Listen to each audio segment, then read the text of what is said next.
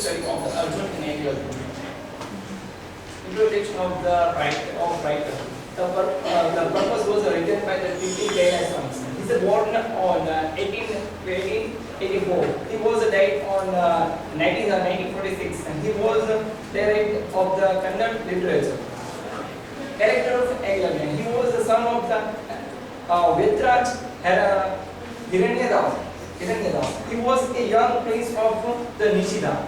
Eklavya inspired to the study of archery in the Gurukul of the Guru Dronacharya. The greatest known teaches in the use of the rampanier and the material art knowledge at the time. Eklavya is a sincerely sought the mentorship of the Drona in the rampanier and the material art. However, since Eklavya belonged to the lower caste, he was denied access to the Drona's material mentorship. But because Eklavya was self-motivated and was determined to learn from the Drona, self-training, self-study over many years, eventually Eklavya becomes on the archery of the expedition's powers rather than the Drona's best pupil. Character of the Arjuna. Arjuna is the third of the Pandava brothers. Arjuna was born in the royal family of the Hastinapur. Drona's favorite and most occupying pupil. He becomes a master in the using the bow and the arrows. Comparative of the Arjuna and the Eklavya. Both are good archery. In the purpose, Arjuna and Eklavya both are the master in the archery, and the son of Pandava's sons is the Kshatriya, and the Eklavya is the live in the wild lower caste person. Arjuna is the learning from the Dronacharya, but Eklavya was the self-learning. Arjuna was also mastered by the learning is the archery art, but Eklavya was also mastered by his self-archery art. So both are the master in the archery, but no, Eklavya is belong to lower caste. I like to show one video.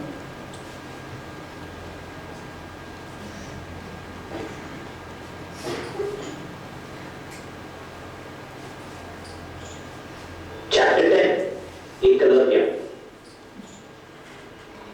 There also came another controversy in Drona's tutelage in the form of Eklavya. Eklavya was a prince of the jungle tribe called Nishada.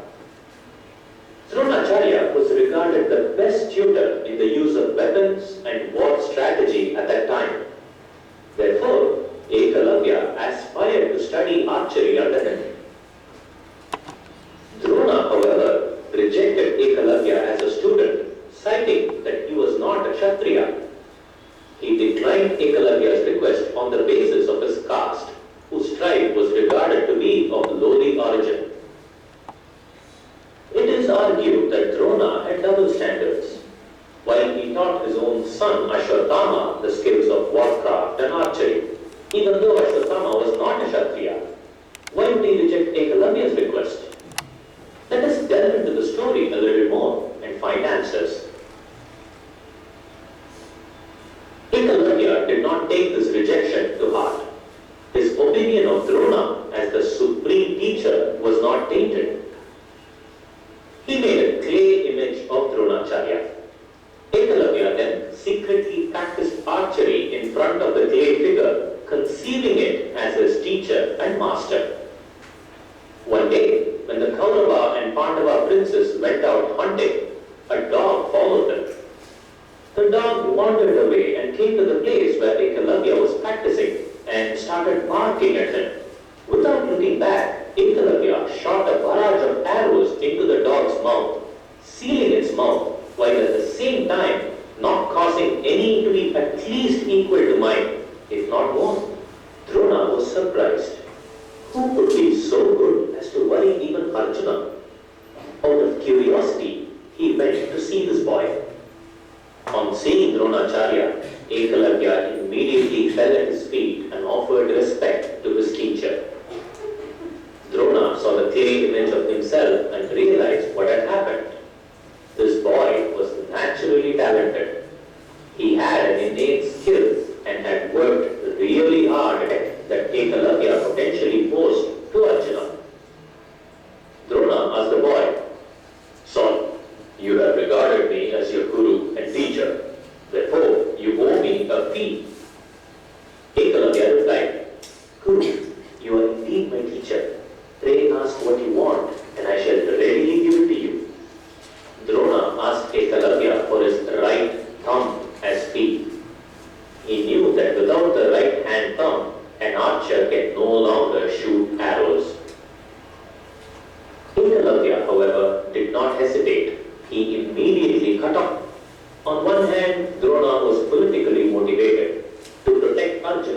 harm.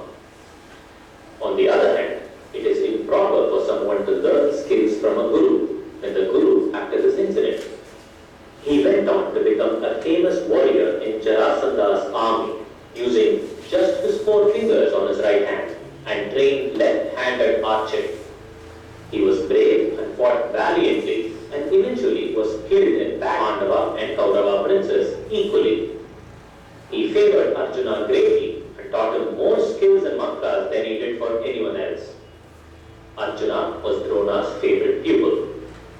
He arguably did injustice to the boy named Eklavya. Drona also had a pet